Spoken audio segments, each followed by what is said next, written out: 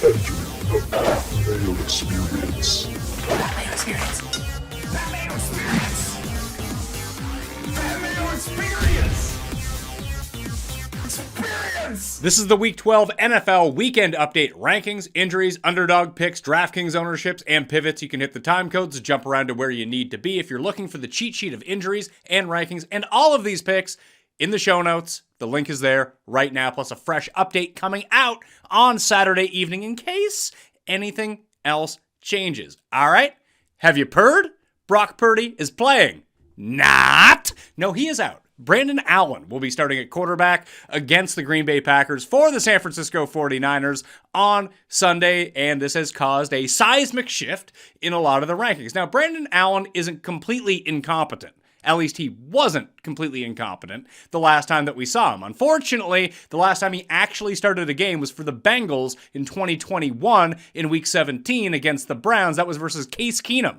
Yeah, Case Keenum. He's not around so much anymore. He wasn't terrible in that game, but I would not expect this offense to possess the same efficiency as we would see with Brock Purdy. So I've adjusted the rankings for all the San Francisco players and the Green Bay defense now that the Green Bay Packers are more favored in this home game, in this must-win still situation for the Niners. CMC is still running back number 2. Expect a lot of leaning on CMC. Jordan Mason was bumped up a little bit in the rankings, but not enough where you would still consider starting him in this spot. Just they might try to keep it on the ground and shorten this game as much as possible. The receivers are really where this comes into play. Juwan Jennings was number 10 in the wide receiver rankings. He is now dropped down to number 18 in the wide receiver rankings. This for half-point PPR. I still expect him to be the one. I mean, he's third and one for a reason. He's running high-efficiency routes. He's getting himself open, and it's not deep down the field. Easy passes for Brandon Allen in this spot against what could be a soft shell here if Green Bay jumps up in this game. Debo's at number 24 in the rankings, mainly because he can do most of it himself. I still worry that now you have a downgrade at quarterback. You're still going to be trying to give him carries out of the backfield, the quick slants, and maybe he can break it. He just hasn't seemed like the same guy since returning from pneumonia. Now, that shouldn't be shocking for anyone. It's just that explosiveness has yet to be there. Maybe that manifests this week. That's why he's still the lowest end of wide receiver number 2s, but this is where we sit with Deebo Samuel at this point of the season. Ricky Bullett's down at number 63, would not start him. George Kittle is going to play in this game. He's tight end number 4. In a week with 6 teams on bye and a bunch of injuries at tight end, you're definitely starting George Kittle. Backup quarterbacks, I love their tight ends. Now on the other side of the ball, Green Bay's D moves up from 16 to number 9. You do need them to take a lead in this game. Now if San Francisco goes blow for blow with them, keeps the game competitive, they're not going to be a great option, but Trent Williams is questionable for this game. He's not going to be at 100%. We saw Seattle get into the backfield at will last week. Green Bay might be able to do the same, ratchet up the pressure against Brandon Allen, and boom, fantasy points could ensue for the Packers. Everyone is playing the Bears defense on DraftKings this week for good reason. They're $2,500 going against Sam Darnold. But if 1/5 of the field has the Bears D, you can find the extra few bucks for the Packers. That may be where you need to go for this week with Brock Purdy out.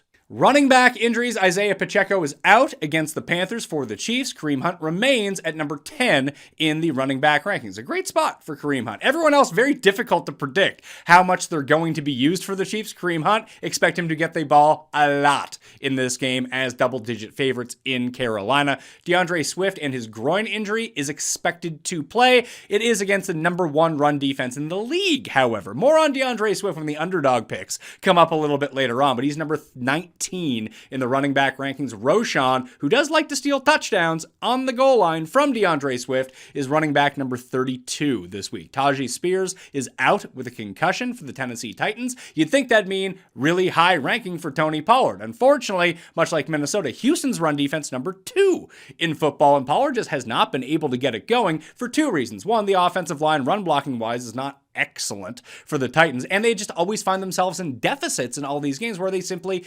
cannot pass or they cannot run enough in order to make Pollard worthwhile. His over under for rushing attempts this week is at 15.5. That's pretty low considering you'd expect him to have 25 in this game if it was to be competitive. Now, if you think this is a close game, Pollard should move up in your rankings. I think that the Texans cover the 8 points in this spot, so I have Pollard down at number 20 in the running back rankings. Again, more like Swift on him in the underdog picks a little bit later on. Jonathan Brooks will make his career debut for the Panthers at least according to Dave Canales. That's what he says. Always keep an eye out on these things where it's only coach speak, where he said, oh yeah, he's most definitely going to play. I feel like this happened 2 weeks ago for the Munich game where they brought him to Munich to play and then he just was inactive at the last second. So keep an eye on that. I have Brooks at number 37 in the running back rankings with Chuba Hubbard still at number 23 against the Chiefs. Tough matchup against the Chiefs. Don't know how the utilization is going to go. So you kind of have to pick a position here. I think that Brooks gets anywhere between 4 and 8 touches,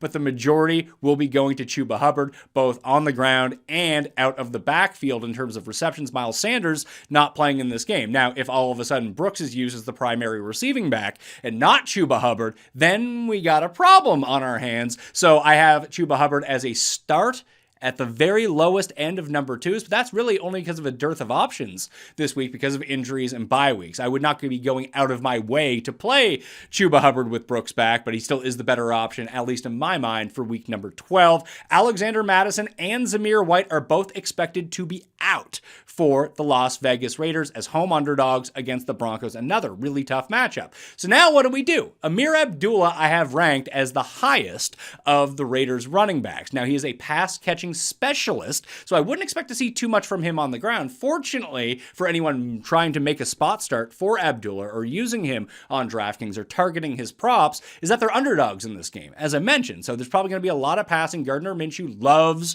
to check down. Like, that is the Amir Abdullah wheelhouse. He would be higher in full point PPR. So on DraftKings at his price point, not a bad option at $4,300 because he just saves you a lot of money this week. But in terms of actual rankings, half point PPR, he's number 26 in the rankings. Like, I just don't expect him to do much against this Raider or against this Broncos defense unless he can turn one of these blood dumps off into like 35 yards and a touchdown. Then he's going to be looking pretty good. But that's just not something we've seen a lot from the Raiders offense, the ability to generate a lot of touchdowns. Dylan Laub, whoever he is, apparently went to Kansas State. Not when Davis was there, as we talked about on Friday. He comes in at number 45 in the running back rankings. I would expect him to have more carries than Amir Abdullah, but I would not expect him to do much in the receiving game. That should be the territory where Abdullah is on the field the most. Wide receiver injuries, thank God that they just released this news before it happened, because Sunday Night Football is Eagles and Rams, but Devonta Smith and his hamstring injury is not going to play. He is out for this game. So A.J. Brown remains at number 2 in the wide receiver rankings. Dallas Goedert elevates himself to number 3 in the tight end rankings. He's off the injury report. And then you have Jahan Dotson, who should see the second most targets of any receiver on the Eagles. Here's the problem. They never throw to him anyway. He's number 51 in the wide receiver rankings. I can't imagine putting Jahan Dotson in. Like, even if he has a good game. Like, what's a good game for Jahan Dotson at this point? Like 3 for 31 and maybe a touchdown? That's like best case scenario? Nah, let's take a pass on that one. Although he's higher than someone like Ricky Purcell this week because the backup quarterback, 4th option in the receiving game, potentially. At least with Dotson, there's a chance that he fits in ahead of Saquon in the receiving game and maybe steals one. But there are likely better options this week. Like, even on the Panthers, I would just take a gamble on those guys because Adam Thielen is expected to be in and playing for the first time since going on injured reserve in Carolina's win over the Raiders, where he had a very nice game. That was with Andy Dalton, though. Xavier Legette comes in at number 36, the lowest end of wide receiver 3s in the wide receiver rankings. Coker's at 43, Thielen's at 44. You pick your poison, you take your chance that maybe one of these guys can separate themselves and find the soft spot against the Chiefs. Like, they're double-digit underdogs at home. Yes, the Chiefs D is good, but they might relent a little bit if they get up by enough in this game, making some of these passing routes a little bit more soft and easier to make the completions for Bryce Young. Those would be the guys that I would take the chance on over someone like Jahan Dotson this week. Mike Evans is expected to be in for the Bucs against the New York Giants. Remember, Tommy DeVito starting at quarterback for the Giants, the old Tommy Cutlets. Here's the issue with Mike Evans, and I didn't like this when I heard it from Todd Bowles, that they're going to use him to the point that they need him and to test out his hamstring. Now, there's conflicting reports about this. There was optimism that he could play in week 10. Mike Evans said that he probably could have played, but they gave him the 2 weeks off. But now there's reports that he might not get a full snap share. So I still have him as a start. He's wide receiver number 17 for the week. But if they get up in this game, do not expect him to be on the field, especially in like windy and rainy conditions in New York. Like, the cold weather, not great for soft tissue injuries, especially when you're returning. And it's an injury he's already had twice this season. So I think he can make an impact early. They'll still utilize him in the red zone, but that's the gamble you're taking.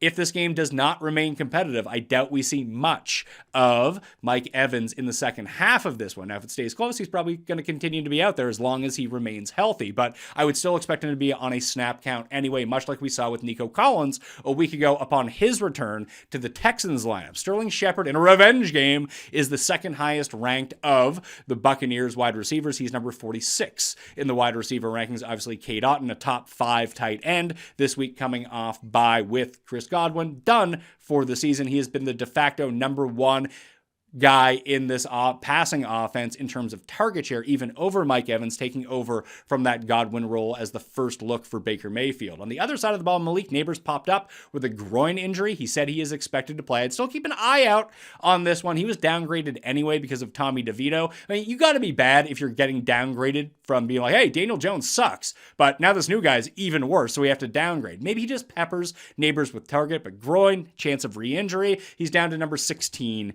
in the wide receiver ranking. So still a start, but not the most optimistic in terms of upside in the spot. More of a floor play, and maybe he can do it himself. But honestly, he has not looked the same since sustaining that concussion 6 weeks ago and returning to the lineup. He just hasn't had that same burst and ability to break away. So tentative optimism for Neighbors, but there's a lot of downside that could come with him because of the weather, the injury, and his horrible, horrible quarterback. Brandon Cooks is leaning in for the Dallas Cowboys. Not sure if that's going to happen or not. You still don't want to play Brandon Cooks anyway. Rashad Bateman popped up on Friday with a knee injury. Now, that's a Monday Night Football game. That is one where the Saturday practice should tell us more. If he gets in a limited session on Saturday, he should be fine to go for Monday Night Football. Josh Reynolds is out for the Denver Broncos with his hand injury because, he was shot in the hand 3 weeks ago, so he's not coming back to play. Cortland Sutton, number 14 in the wide receiver rankings this week. Tight end injuries, Jake Ferguson not playing for the Cowboys against the Washington Commanders. My guy, Luke Schoonmaker, is number 12 in the tight end rankings and $2,500 on DraftKings. If you watched or listened to the Friday show on the Pat Mayo Experience, you'll see that's where I chose to save most of my money this week. Instead of paying down from one of the random Patriots wide receivers who don't do anything, a $2,500 Schoonmaker is in a pretty good spot in a potential catch-up mode as double-digit dogs to the Washington Commanders this week. 10 targets a week ago in replace of Jake Ferguson. Hopefully he continues to be that number 2 option in the Cowboys offense. Noah Fant is questionable with his groin injury. AJ Barner's at number 22 in the tight end rankings. Even if Fant plays, I can't see playing him over the abundance of better options. Like I said, I play Schoonmaker over him. I play Zach Ertz over him. Those are 2 guys you can go pick up right now. Hunter Henry is another one you can pick up and play right now over Noah Fant coming off of this groin injury that's already cost him 3 weeks. Hayden Hurst has a hip injury. He's questionable to play on Monday Night Football. If he practices on Saturday, maybe he ends up going. He missed last week with a personal issue. So I'm just assuming he's not playing. Therefore, Will Disley, another guy you can pick up, number 7 in the tight end rankings this week. And Sam Laporta for the Lions will be in with his shoulder injury. It's the best feeling when clothes fit good and look good, and you can comfortably wear them all day long. And that's exactly how I feel about my clothing from Doers. These are the most comfortable pants I've ever owned, and I'm reaching for them every day. Unfortunately, I get dirty. I got 2 little kids. And when you got 2 little kids, you go through a ton of laundry. So it's not like you can just clean clothes every single day. You gotta wait for that stuff to pile up at the same time. But I wear my Doers as often as possible. I got 4 pairs right now. My wife, let me tell you, it's working. It's working for me with Doer, and they have styles that can be worn all year round. Their stretch performance denim and lifestyle apparel is built for doing. I love my Doers, and now's the time to get your own because Doer's Black Friday sale is on now. They've got up to 50% off these incredibly comfortable pants, and this is the best time to upgrade your wardrobe before the new year and find some amazing holiday gifts. Doer sale runs through December 2nd, but don't wait. These items will sell out fast. So go to shopdoer.com/PME to get these great deals before they're gone. That's shopdoer, DUER.com/PME. Shopdoer.com/PME.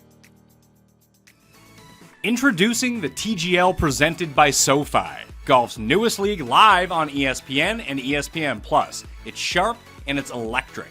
How is it sharp? How is it electric? Picture this. 2 hours of hammer-dropping, overtime-forcing, playoff on-the-line golf with 24 of the best players from the PGA Tour, like Tiger and Rory and more, split into 6 teams: Atlanta, Boston, Jupiter, LA, New York, the Bay. This isn't your average Sunday pickup game. To learn more, visit tglgolf.com and tune in to the inaugural season beginning January 7th. Keep up. It's golf. Week 12 Underdog Picks Code Mayo will get you a deposit bonus of up to $1,000 if you go sign up with Code Mayo right now at Underdog. Download the app, use Code Mayo, get that deposit bonus, and it'll get you a free pick for Sunday Night Football, which you can add to any of these entries to make that payout even more juicy. It is a Matthew Stafford free pick this week for Sunday. You can use it on Monday if that's the one that you want anyway. Free picks will be available to you when you want to use it and add to any of these. I really like this first one that I'm giving you this week. I mean, I like all the ones I play, but I feel good about this one. Rico Dowdle, higher than 2.5 receptions, only had 2 receptions on Monday Night Football. They got down by so much. They started using Zeke. They started using Deuce Vaughn. Dowdle had 5 targets in that game from Cooper Rush. They're double-digit underdogs to Washington this week, and it's paying more than even money. It's plus 112 on a higher of 2.5 receptions. For Dowdle, he had beat this number in 3 of 4 games anyway. So even with Cooper Rush, I like taking this chance against Washington. And then we'll go to a guy that I've talked about already, Amir Abdullah. I do not expect him to run the ball a ton. It's difficult to run on the Broncos. He might draw the start in this game. Either way, he should play at minimum 40% of the snaps, probably higher if they're trailing. And Gardner Minshew loves to dump the ball off, and his number is very low, 2.5 receptions. For Amir Abdullah, you don't have to worry about Madison. You don't have to worry about White stealing targets away from him. Amir Abdullah and Rico Dowdle together, higher of 2.5 receptions, pays 3.89 times your money.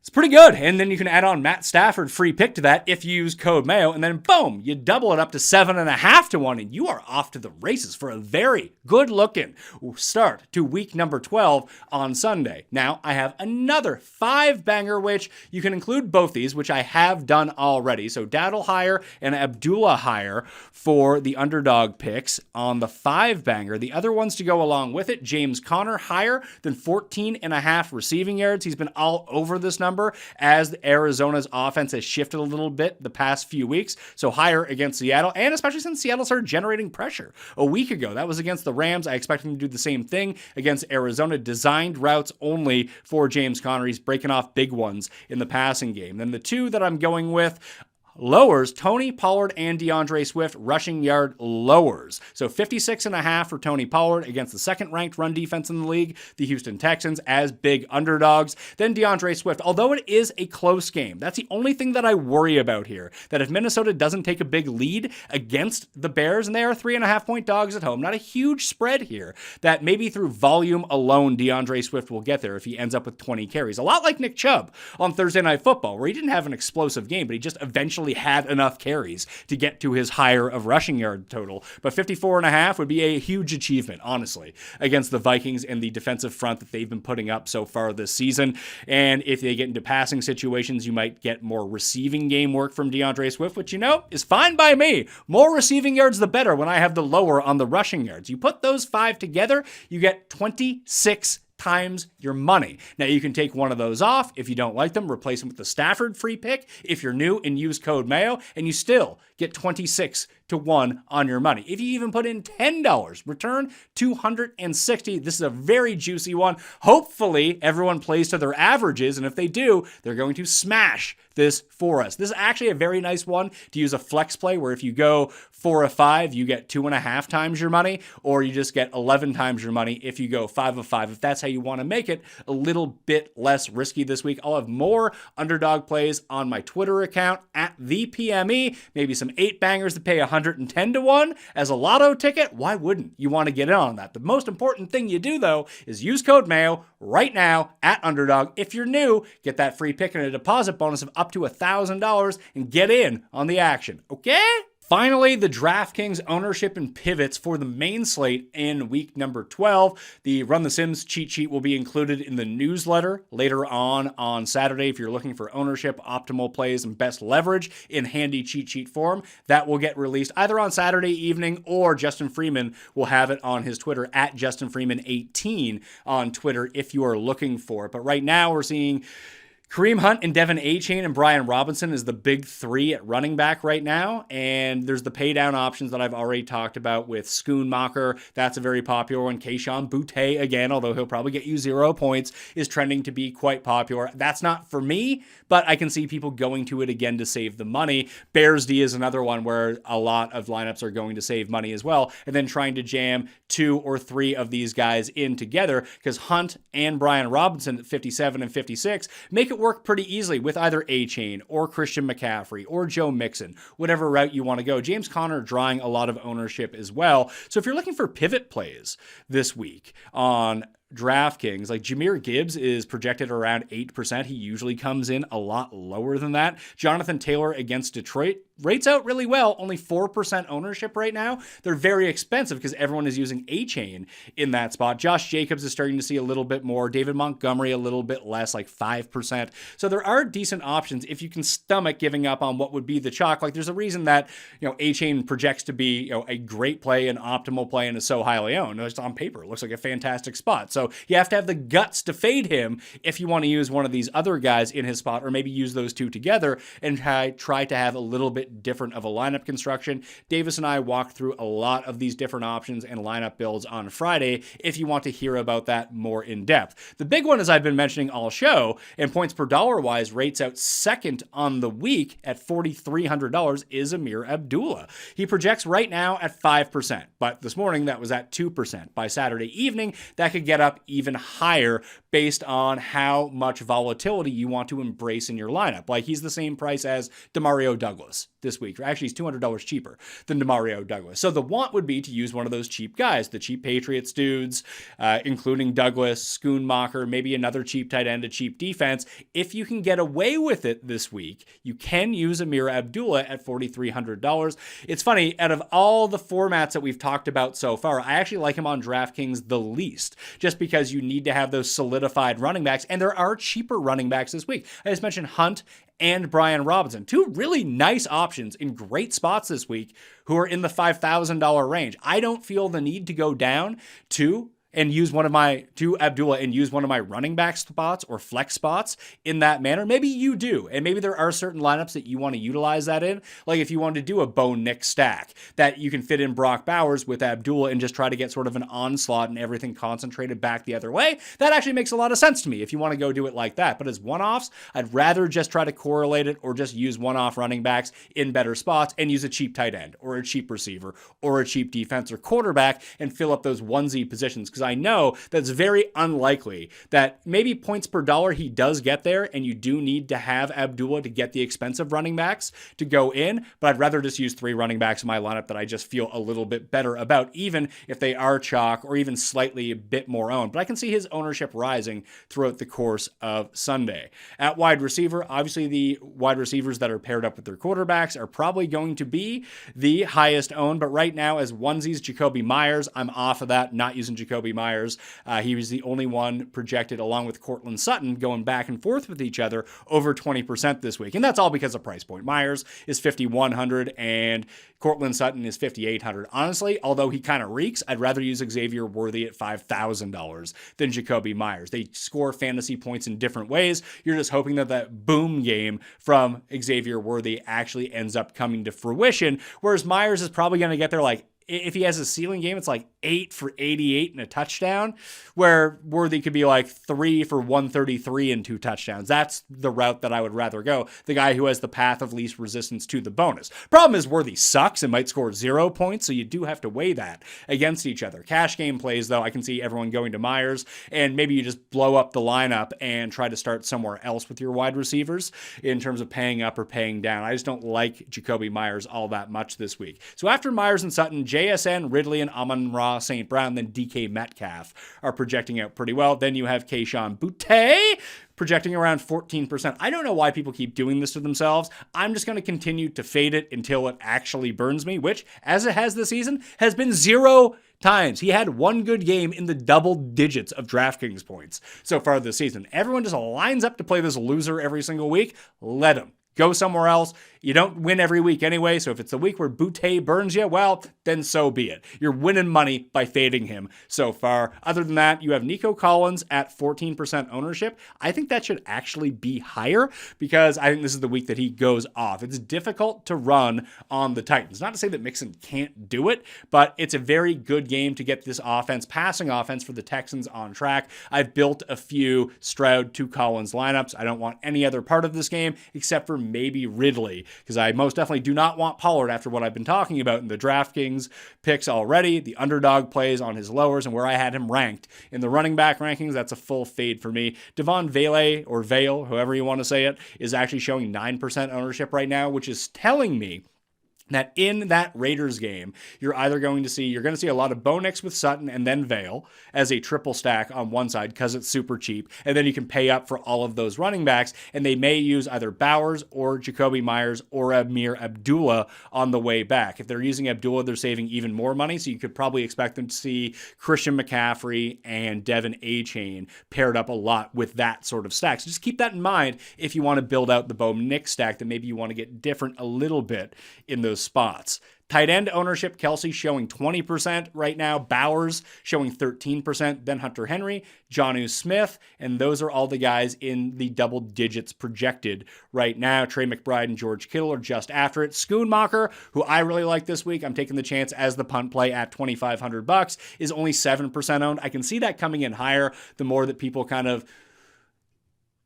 decide that they want to go to that. Actually, when I did mention this during the underdog picks, but he's another one that you can throw on there. His lower receptions, I believe, is 3.5, and that's juiced up. You could go Dowdle and Schoonmaker, both at plus money, and then throw in that free pick of Matthew Stafford if you use code Mayo. And I believe that would pay like 9 times your money, or maybe even 10 times with only 3 plays. When I give out the 100-to-1, they're both on it, just because I think they're easy completions and catch-up spots for the Dallas Cowboys here. So even if Schoonmaker ends up going like 4 for 38 in this game at $2,500, like that's not going to kill you, and it gives you access to everyone else at the top of the board this week. So again, that's where I'm going. The other cheap one that you could potentially go to, because Will Disley is not on the main slate, he's playing on Monday night, would be Zach Ertz. He's $3,800 in that same game. I'd rather just bite the bullet, save the $1,300 and play Schoonmaker in that spot instead. At quarterback right now, projected ownership, Phony Tony, Anthony Richardson at 15, Geno, Jaden, Tua, then Bo Nix is what we're looking at the top 5. Then comes in Mahomes. The guys that I would be looking at right now,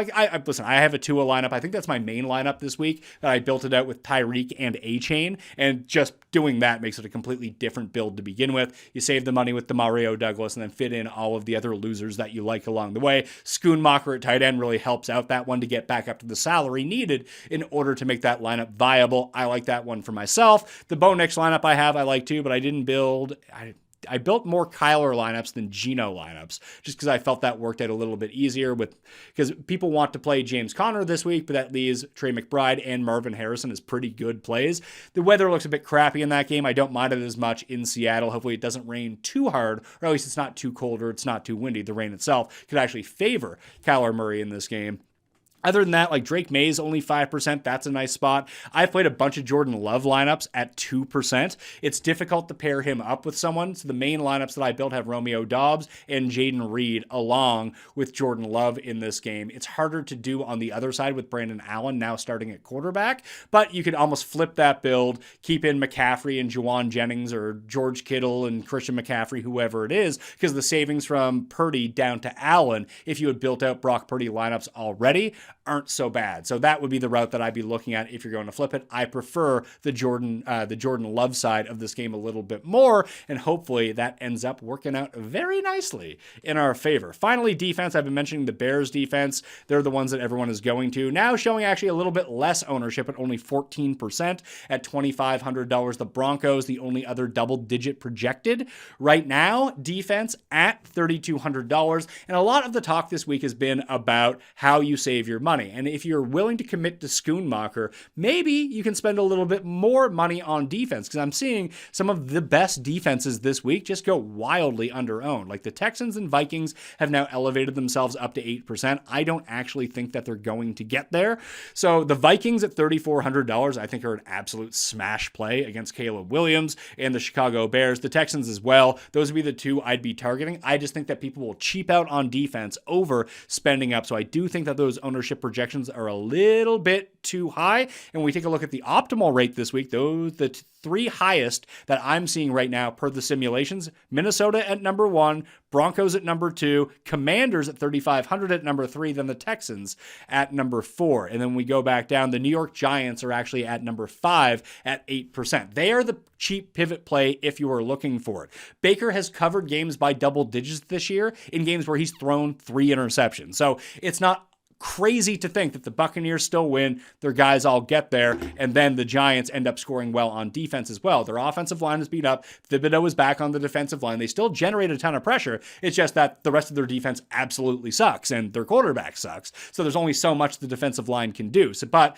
if the Bucs do decide to keep the ball in the air, that does give them ample opportunity to generate fantasy points. And right now, the Giants D projected at 4% ownership, where the Bears D is at 15% ownership for $100 more. I would just take the Giants in that spot, save the $100 and hopefully get lucky. I don't think that the Bears defense outscores the Giants at a 4x rate, and that's what they're telling me based on ownership right now. The other cheap D that you could go to would be the Titans, that you just think, hey, listen,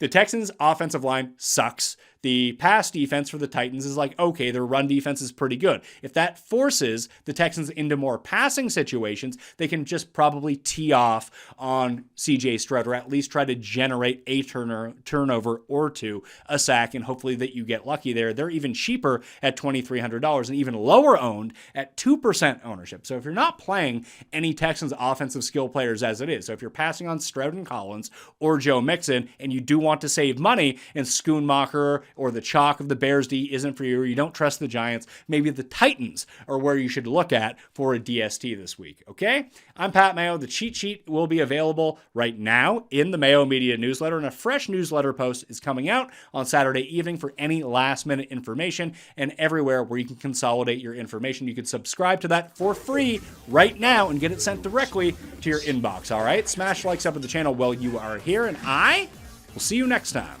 Mayo experience! Experience!